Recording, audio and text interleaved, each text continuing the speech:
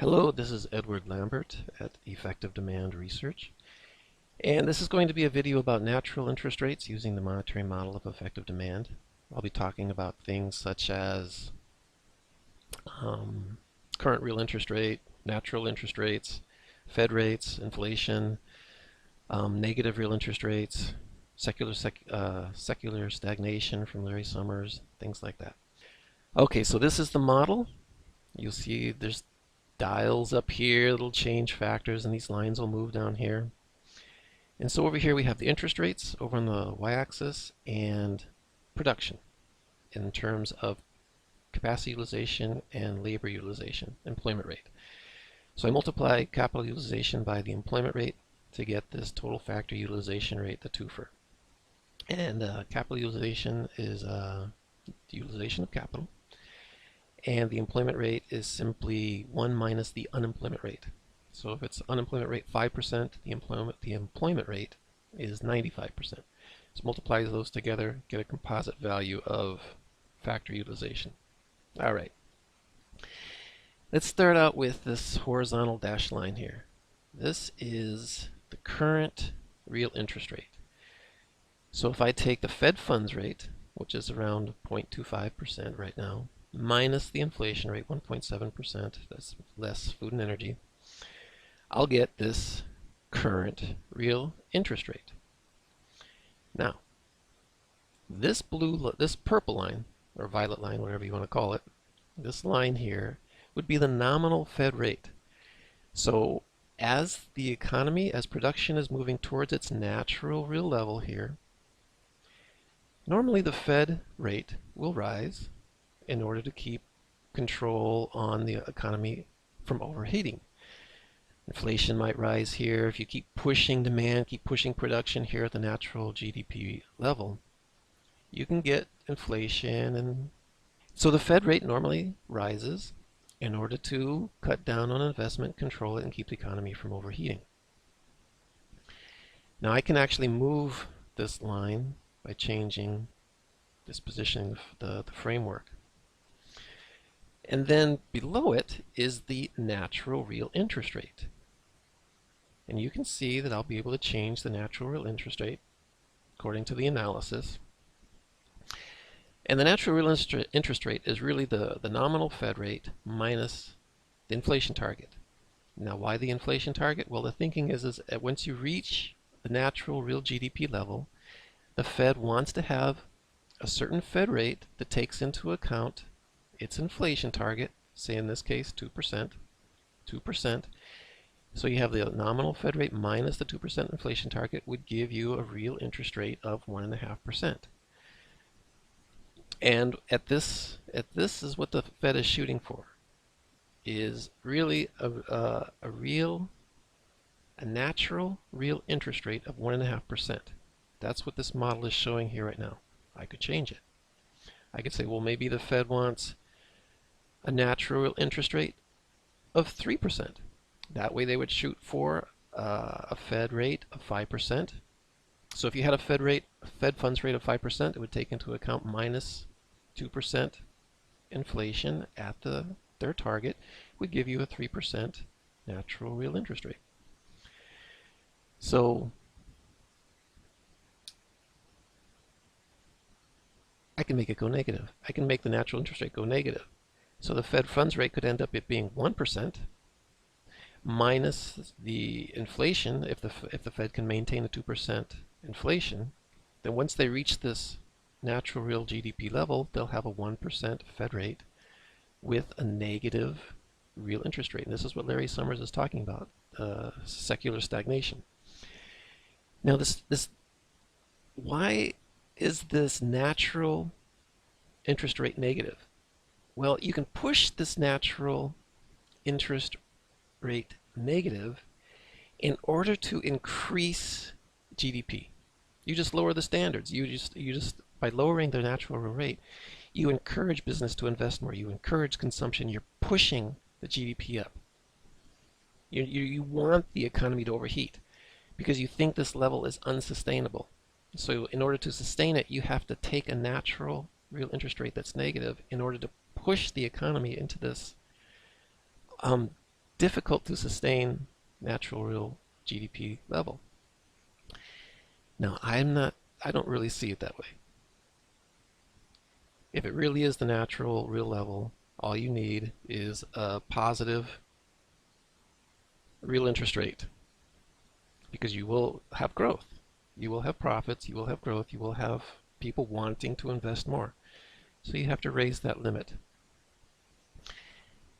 Now, comparing this natural real rate here with the current real interest rate, this is what Paul Krugman is talking about, is you want this current real interest rate to go below the natural real interest rate. Because once this is below, this is expansionary. This is inflationary. So the model I'm showing right here, right now, this blue dot here is current Fed policy at about a 72% twofer. And as you can see, a 0.25%, almost 0% right here, Fed funds rate. And so the current real interest rate is just a little bit above 1.5%. But you can see that in this current situation, the natural real interest rate is above this current real interest rate. And that's expansionary. People want to invest. People want to consume.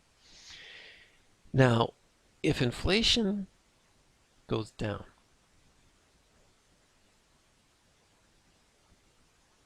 you see this line come up. And so let's take it all the way down to just a little bit of a deflation there. What you now have is that this difference right now between the two lines is very small. You've actually just erased your expansionary effect.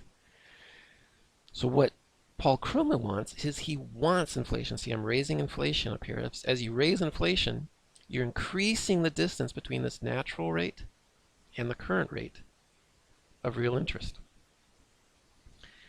So he wants inflation. And if they can get inflation all the way up to 3% or more, you see that huge inflationary gap right here? That will push the economy, push real GDP up and on. And if the Fed wanted to control that, they could raise the rate.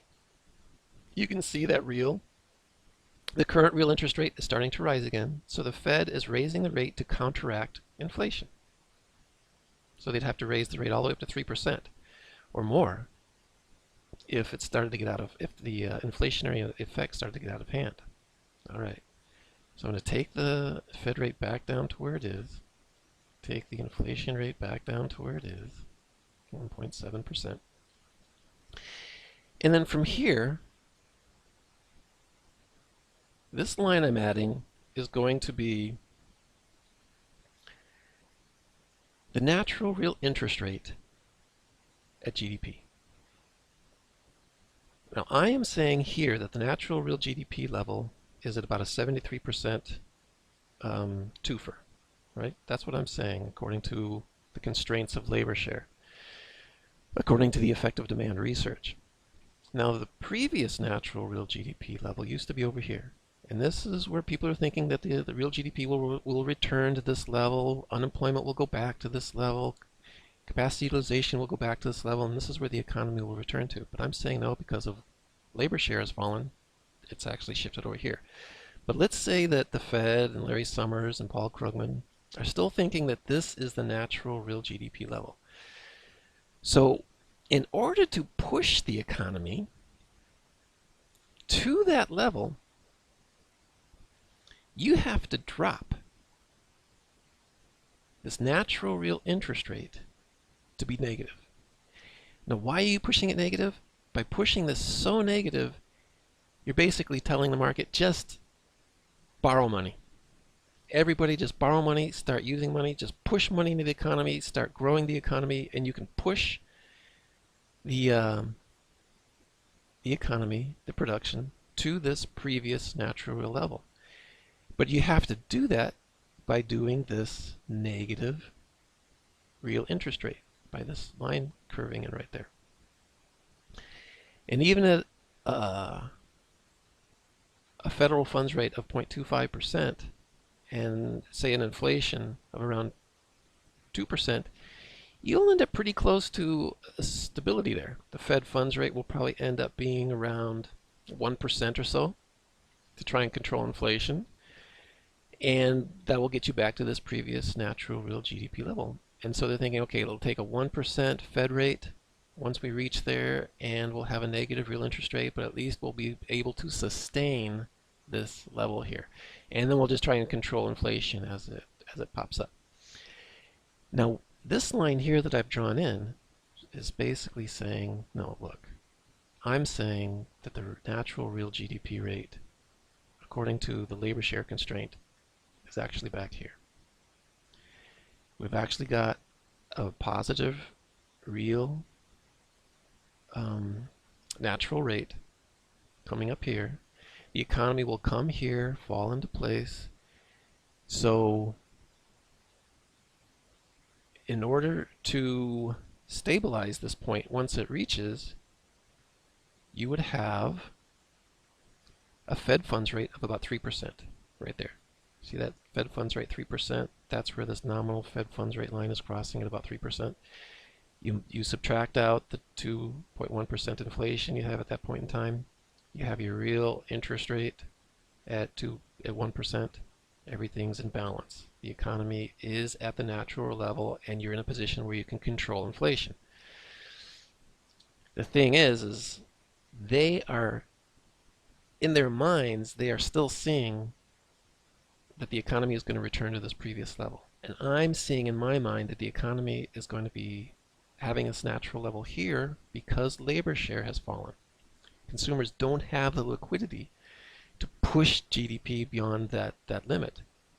So you have to take these natural real interest rates negative, like this. So this is what Larry Summers must be seeing in his analysis, is that in order to get to this point here, we're going to have a natural real interest rate that's negative. And that's going to keep the Fed funds rate at the zero lower bound forever. You can see here that the Fed funds rate is still at almost zero. And this is where he's seeing the target. So Larry Summers is seeing that the natural limit would be here with a negative real interest rate, and I'm saying it would be here with a positive natural real interest rate. That's really the difference between what I'm seeing and what he's saying. So he's seeing a secular stagnation by saying that in order to reach this level, secular means long term. He's going to see a long-term stagnation in order to reach this point. But I'm saying now, really the economy is going to reach its natural real GDP level here, and they don't see it yet. So that's kind of the issue going on there. All right, so back to there's one more thing I'd like to just bring up. You could, if you don't want to listen now beyond this point, you can just turn off the video. But I'm going to just talk about inflation targets. Just a little. Joseph Stiglitz was talking about raising the inflation target a while back. So what happens if you do want to raise the inflation target? Well, according to this model,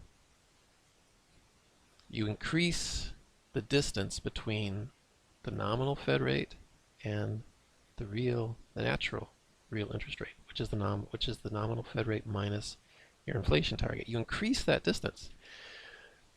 But if you notice, let's go back. I'm going to lower the inflation target down. You notice that there's a nice distance here between the current real interest rate and the natural real interest rate. And that's expansionary. That helps expand the economy. If you raise the target, the inflation target, you'll see this expansionary effect is less. So, but the idea also is that you'll create more inflation. Okay, let's say you can create more inflation.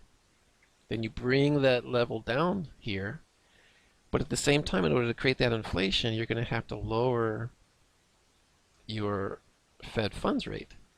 So it becomes counterproductive to where you're fighting against trying to keep this into an expansionary effect here.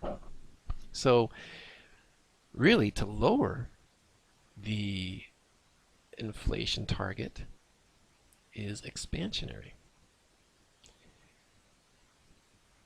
Because watch, if I take this inflation target back up, if I lower the inflation target, this difference here between these two lines increases, and it becomes more expansionary.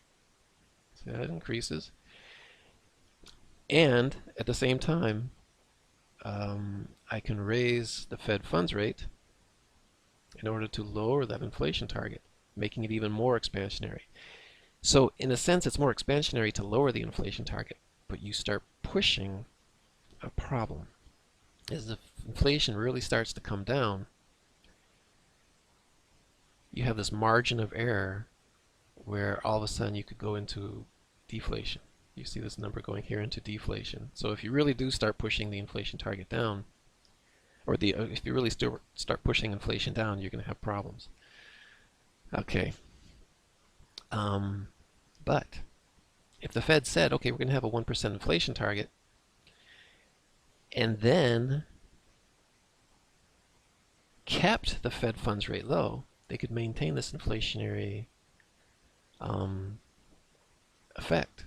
And if inflation started to go up, you can now see that the difference here is increasing. That's becoming more inflationary, more expansionary.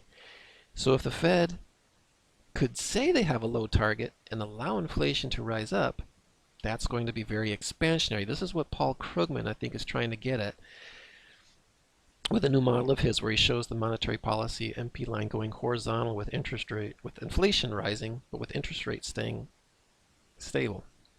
He's showing that as inflation rises, you get this increased expansionary effect. That's the difference between this blue dashed line and this brown dashed line. All right. I think that's enough. That's 18 minutes. That's got to be enough. All right. I know there's so much more to say about this graph that I don't have time for. All right. Another time. I'm calling it done.